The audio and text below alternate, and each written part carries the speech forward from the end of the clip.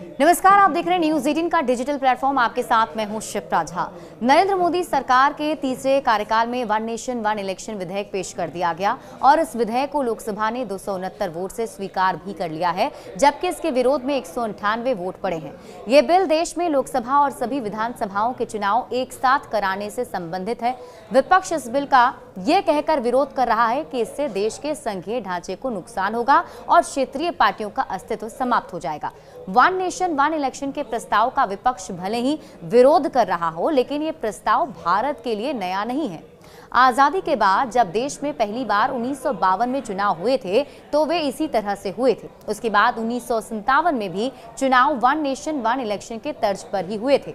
One nation one election के लिए पूर्व राष्ट्रपति रामनाथ कोविंद की अध्यक्षता में एक समिति सितंबर 2023 में गठित की गई थी, जिसने इस प्रस्ताव पर विचार के लिए रिसर्च किया और अपनी रिपोर्ट मार्च 2024 में राष्ट्रपति द्रौपदी मुर्मू को सौंप दी थी।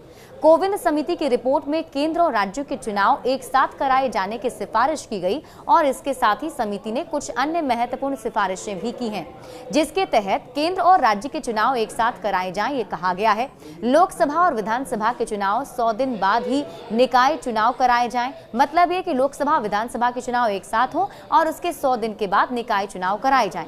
समिति ने एक साथ चुनाव कराने के लिए साझा वोटर लिस्ट और वोटर आईडी बनाने की सिफारिश भी की है और कोविंद समिति ने अपनी रिपोर्ट में 18 संवैधानिक संशोधनों की सिफारिश भी की, जिसमें से अधिकांश संशोधनों में राज्यों की मंजूरी जरूरी नहीं होगी। संविधान संशोधन के लिए बिल को संसद के दोनों ही सदनों से 2/3 बहुमत से पारित कराना होगा। रिपोर्ट में वोटर लिस्ट और वोटर आईडी के बारे में जो सुझाव दिए गए हैं, उन्हें लागू करवाने के लिए देश के आधे राज्यों की मंजूरी जरूरी होगी। रिपोर्ट में त्रिशंकु सदन की स्थिति में यूनाइटेड सरकार बनाने जैसी सिफारिशें भी की गई हैं। प्रधानमंत्री Narendra Modi one nation one election के पक्षधर रहे हैं। इससे पहले भी बीजेपी सरकार ने इसके पक्ष में अपनी राय रखी है। 2003 में अटल बिहारी वाजपेयी की सरकार के वक्त भी इस पर चर्चा हुई थी और अटल बिहारी वाजपेयी इसे लागू भी करना चाहते थे। वो चाहते थे कि इस बिल को लाया जाए। वन नेशन वन इलेक्शन के पक्ष में क्या कुछ तर्क हैं, अगर हम इसकी बात करें तो कहा जा रहा है कि देश में एक साथ चुनाव होने से खर्च कम होगा। अन्यथा हमेशा देश में चुनाव होते रहते हैं और हर बार चुनाव पर खर्च करना पड़ता है।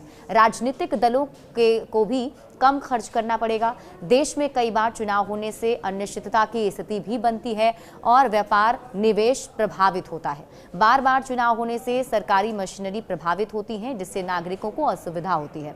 सरकारी कर्मचारियों और सुरक्षा बलों को बार बार चुनाव ड्यूटी देने से उन पर भी विपरीत प्रभाव पड़ता है।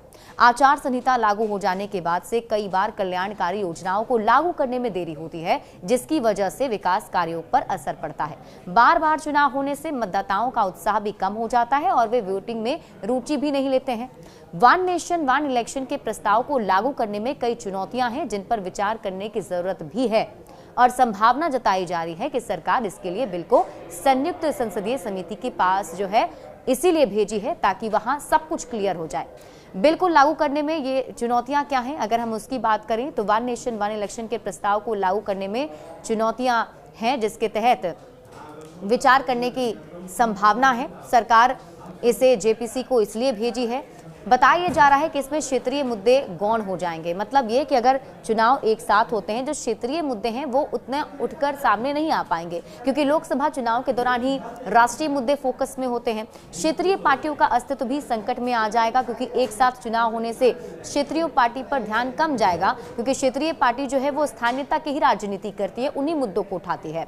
सांसदों की जवाबदेही कम हो सकती है, क्योंकि एक बार चुनाव होने से वे 5 साल के लिए निश्चित हो जाएंगे। विपक्ष की चिंता है कि वन नेशन वन इलेक्शन से संघीय ढांचे को नुकसान होगा, तो ये एक बड़ी चुनौती इसलिए है क्योंकि अनुच्छेद 172 के तहत राज्य विधानसभाओं के कार्यकाल के संबंध में संविधान में संशोधन वो भी राज्यों में लाएगा, तो ऐसे में दिक्कतों का सामना करना पड़ सकता है। हालांकि विपक्ष की तरफ से इसका विरोध किया जा रहा है, लेकिन अब इस बिल को जेपीसी को भेजा गया है, जिस पर विस्तृत चर्चा होने के बाद ही सब कुछ साफ हो पाएगा। बड़े अपडेट्स के लिए आप जुड़े रहिए न्यूज 18 बिहार झारखंड के साथ।